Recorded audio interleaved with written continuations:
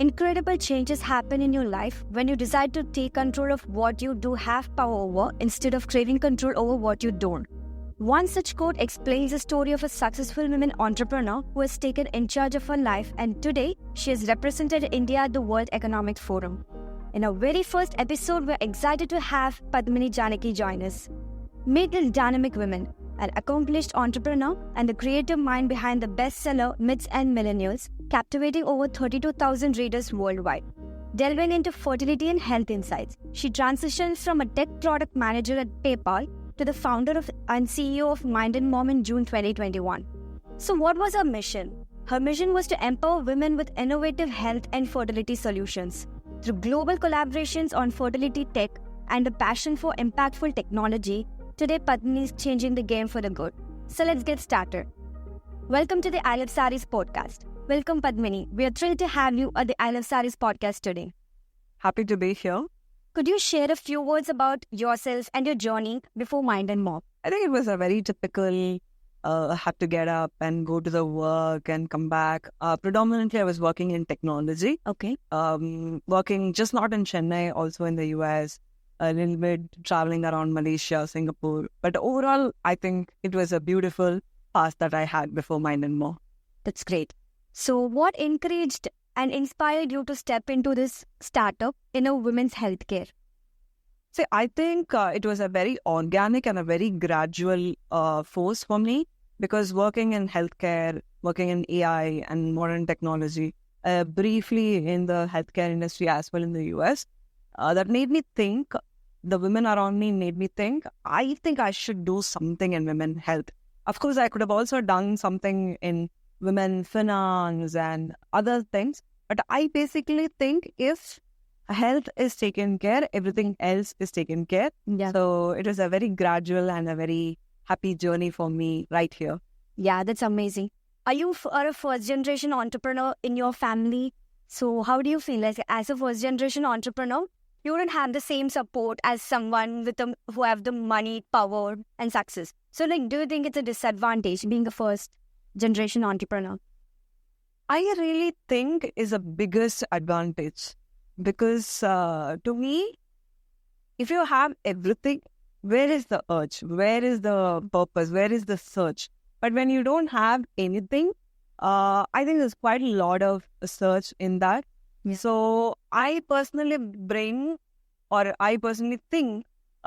my first generation graduate from zero or from minus really brought me into what I am today, because I've seen every phase of life. It's not like, I just landed in something where everything was all set and all I had to take is from 10 to 100. It was more of 0 to 1. Yeah. And that's very beautiful because I know in and out. Yeah, that's great. In this generation, many women encounter fertility issues. And they explore different methods to get conceived. But it was not the case 20 years back. It was when our moms were there, it wasn't that case. So what do you believe is the cause of this shift? See, I think there are quite a lot of things. One thing which could be a very important cause is, of course, women are career-oriented these days. Yeah. And they choose to get married later. And of course, the egg reserve and her health and everything is, much later. And same thing with men as well. Men to get committed and then get married. It's almost people are in their 30s, and lifestyle, food habits, to add so many aspects. These are the reasons why the fertility is one of the most prevalent problems that everybody is talking today. Yeah, definitely. So what advice do you want to give to the women who are in 20s today who want to maintain a healthy lifestyle in 30s and 40s?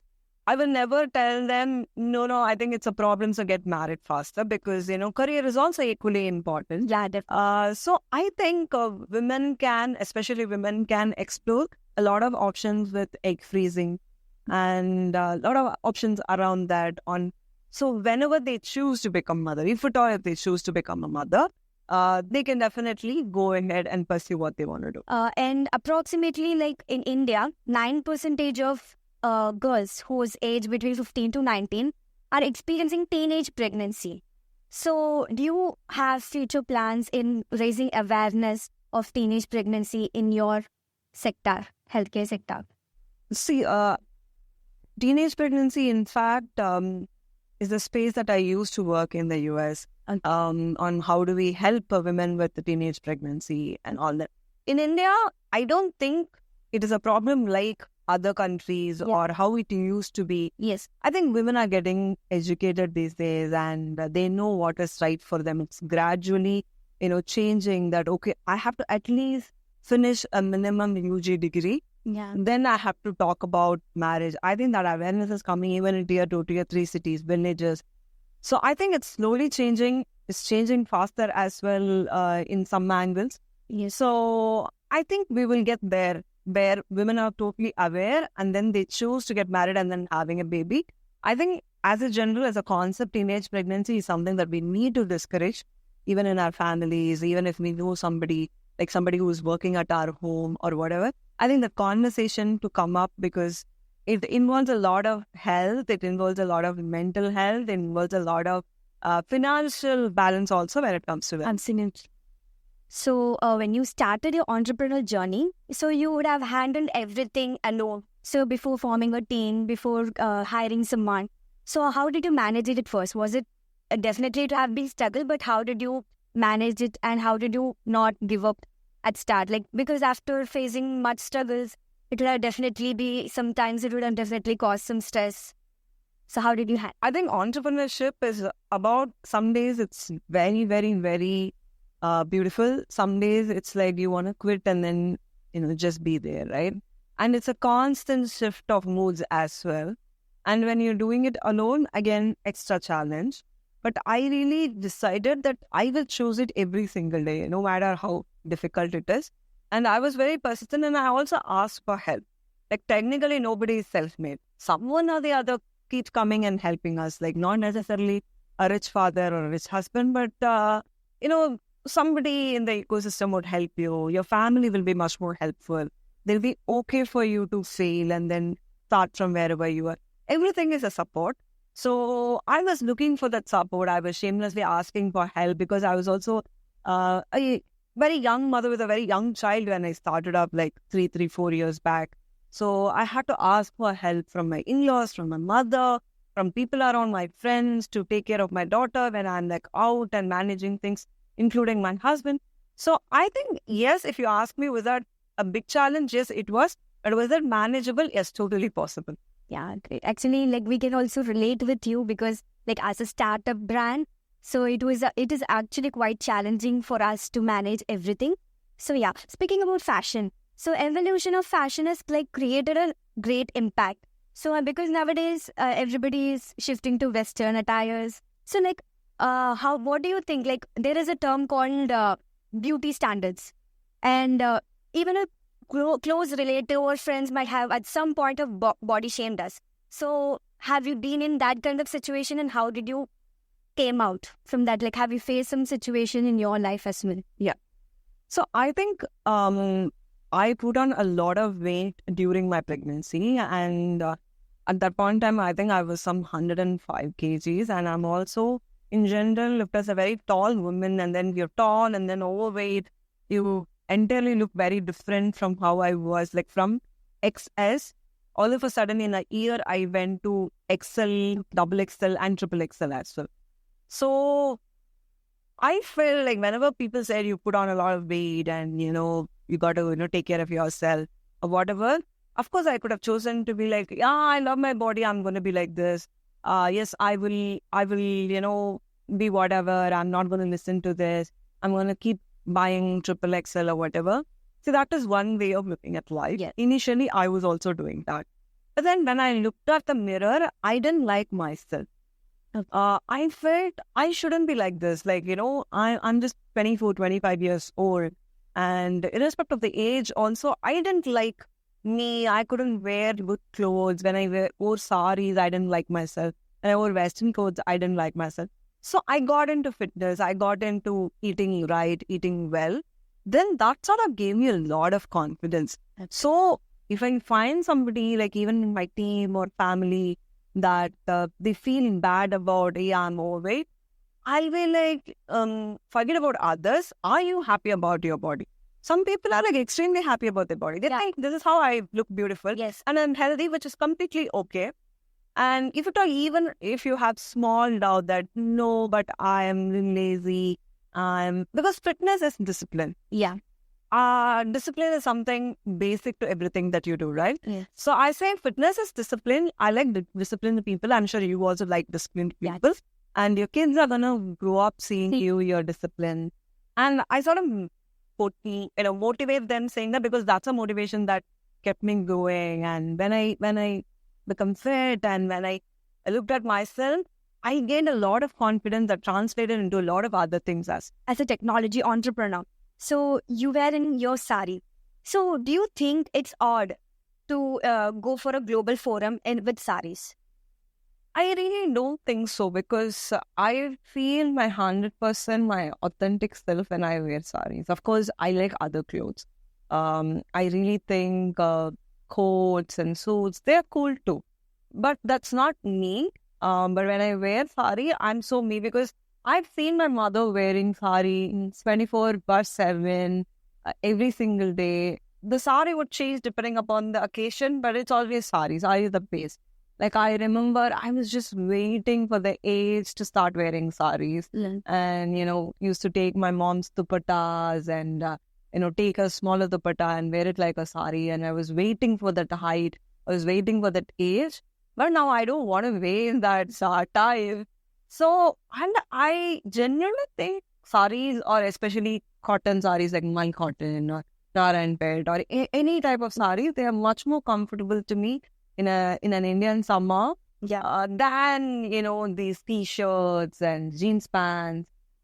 And I really think I can do anything wearing a sari. I'm also a silambam practitioner. I can even do silambam with a sari. So I feel comfortable, and I think it's just part of me.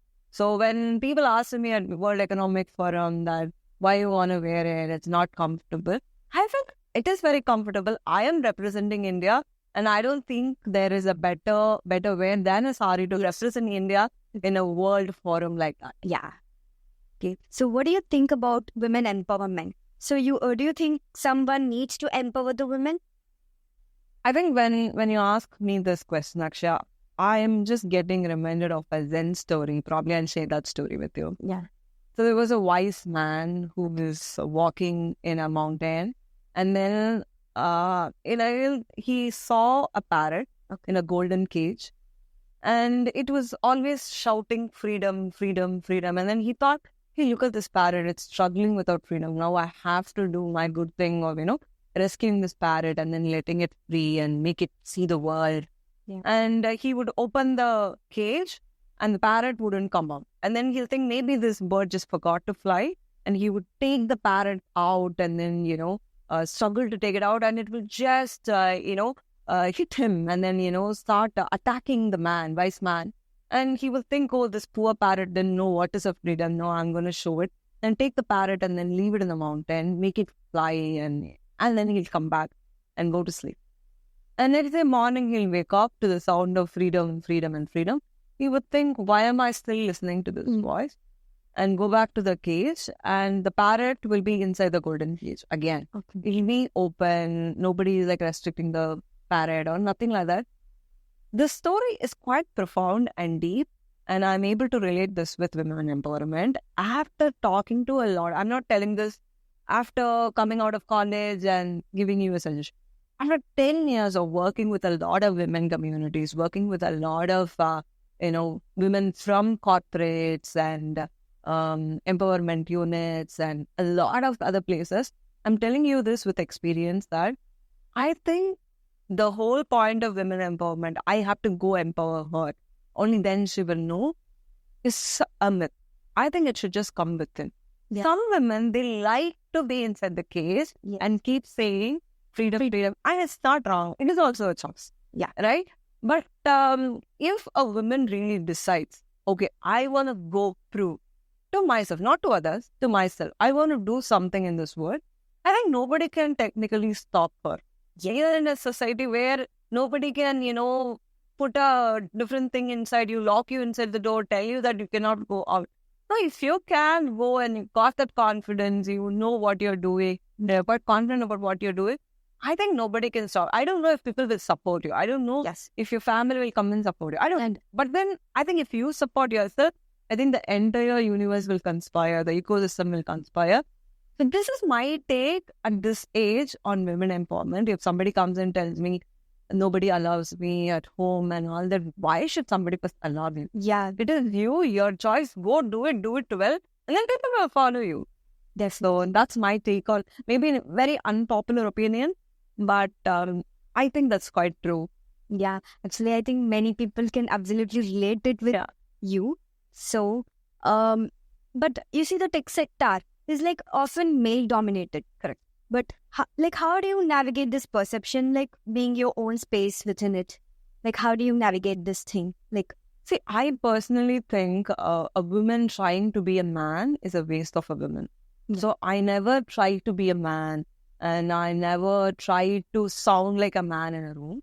I bring my own feminine energy, nurturing energy, of being quiet, or just more of observing, not women's explanation or man's explanation in the room. I take everybody's opinion. I truly believe everybody has a viewpoint and it is valuable. It is a perspective that's more valuable. So I'll leave me. I'm not competing with a man in the room. I'm not competing with another woman in the room. I am just doing me, and I think it really works out. So even today, when it is a male-dominant society, even fundraising, when it comes to ecosystem as entrepreneurship, I really think when you're doing something, do it really well. Nobody can ignore you. That's my formula, and it sort of works for me. Yeah, I think women who are listening this will definitely take this your formula in their life perception as well. Okay. So looking ahead, 10 to 15 years from now, what would you give a message to your future selves? I think you've done a good job. So to me, I always knew where I am going. I was never confused. I was not, kind of thinking, am I doing this? And of course, self-doubts were there, but I always knew I want to do really well and give my 100%, even if I'm doing a very small thing. So I think 10 to 15 years down the lane, I don't know, but I really think I'll be doing 100x better when it comes to creating impact or working on my purpose or making money or being the part of the, family and friends. I'm always a giver. I want to be a bigger giver in 10 to 15 years, and I'm sure I'll be there. Yeah, sure. All the best to you. And there's a pressure to hustle like 24/7 in a startup world. So, like, how do you prioritize the self-care as a women leader? See, I think I am sort of part of the hustle culture as well. Go get it and do this. At least when I started, I was 100% hustle culture. Like, even if I am quiet for half an hour, I'll think, oh, what a waste of half an hour, right? Yeah. But then what I have realized, looking at other startups who have become billionaires and who have become unicorns in a matter of 1 to 2 years, I really think it takes a big hit on the mental health, physical health, and a lot of other things. Yes. And you should enjoy the journey. That's the most important thing. Yes, making money is important, making a big mark or a big dent in the universe is important, but then the journey is also very, very important. So I think I will take it in my speed because I'm not competing with anybody. If somebody is making so much, 100 crores, 1,000 crores, good for them. I'm happy. In fact, I can learn from them. Yeah. I have no ego and I don't take myself too serious that, oh, I started like 5 years back. How can I go ask her? I don't have such ego at all, which is, I think, is a blessing in disguise. And I'm fine. I'm happy going in my speed. We were in a very small office. We were in a shared working space. Then we moved, after 1 year, we moved to a single floor office. Then we moved to an entire building. I think it was all step by step. Yes. Like even when we raised funds, we didn't go with an entire building on day one.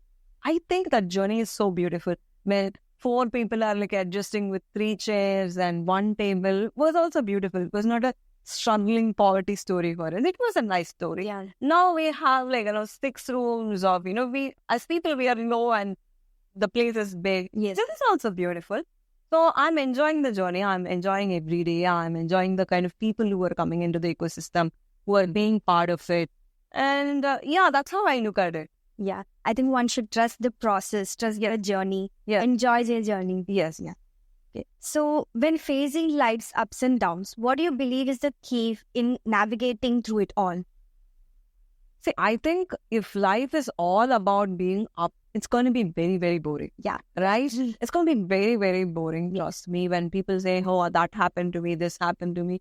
I'm so glad everything is happening to you, because life would become very, very unnatural and become very static if you're always on your high. Yeah. Right? If there is a butterfly, it should come out of that cocoon in its own process. Yeah. If you try to go take a scissor and cut it and then let it out, it might come out, but with a swollen wing and a swollen leg, and for the entire life, it's going to be like that. So the process of ups and downs, struggles, and coming out of it, breaking and coming, I think is so important as part of human life. So I look at ups and downs in the same way. Of course, I get upset. Of course, I get demotivated at times. But my thoughts on spirituality, on how I approach spirituality, really, really helped me to look at life in a certain way. And right now, I feel it's all the same. I'm balanced. I'm still. Stillness is what I observe, and I think it works. Yes. So only when a human or a person who faces downsides of a life, then only he'll be in a stage to where he has to prove himself to be. Correct. If you don't struggle, if you've never been sad, do you know how happiness is? Yeah. Like, for you to experience the happiness truly, to be self-aware and enjoy the whole happiness, you have to be sad, you have to be down, you have to feel low in some of the days, which is completely okay. Yeah. Beyond external validation, so where do you find source of your inner confidence and strength as a leader? I think confidence comes with a lot of failures, right? I have gone through so much, and I was able to come out of it, and this is nothing, right? Confidence is actually the beauty. Confidence is how you approach things. A lot of people think being beautiful is about having a skin in a certain color or a health in a certain level, and skin health, in a certain level, and it's about body language, and it's about the English you speak, being in a certain height, certain weight. But I think confidence is more of these things. Yes. Confidence is how you look at yourself. All of a sudden, you start becoming beautiful. Yeah. And everybody thinks you're beautiful. All of a sudden, your language has changed. And all of a sudden, the way you approach people and things happening to you changes. Just one secret source is confidence. So for you to be genuinely confident, you have to go do multiple things. You have to fail, you have to succeed, you have to see people, you have to experience every kind of emotion, and the confidence comes to you. It's not like you're born with the kind of a confidence that I can go conquer anybody. No, it doesn't work that way.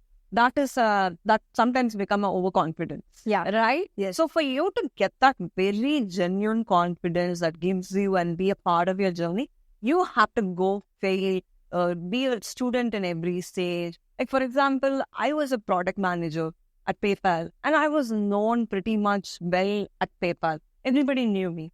And then when I become an entrepreneur, in that space, I was new, and I had to go introduce myself.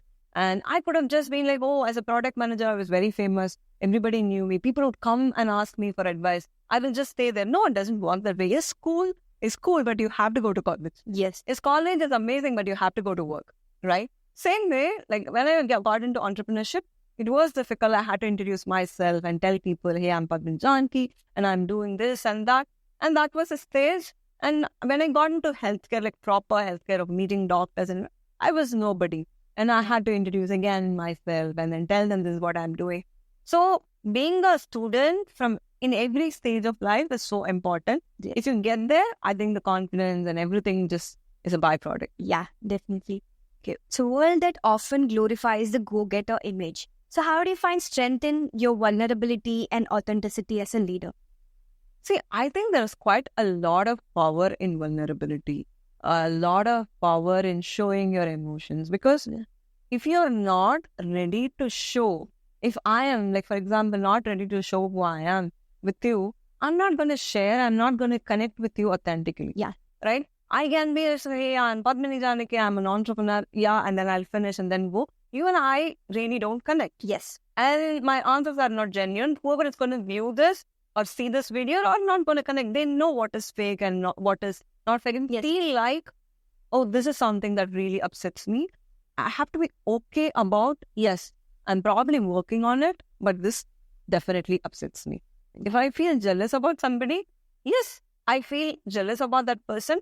But you know what? Jealousy is like a mark that telling you, hey, you have to be a better person, but you are not, and somebody else is able to do it. How do I do it? Yeah, how to translate and see it is very important than, okay, I feel jealous about that person, I'm going to hate that person. It's about how you handle your vulnerability, how you handle your, any downtime in a productive way on how that can work for you. Yeah, definitely. Thank you so much, Padmini. So it was great having you today. And it was wonderful hearing about your experience. So I'm sure whoever is listening to this will be truly inspired, and they'll take the initiatives for their own startup and their entrepreneurial journey or their life journey as well. So wishing you all the best in your efforts to make a positive change in women's healthcare and technology. Thank you so much. I love Sarees team. Thank you.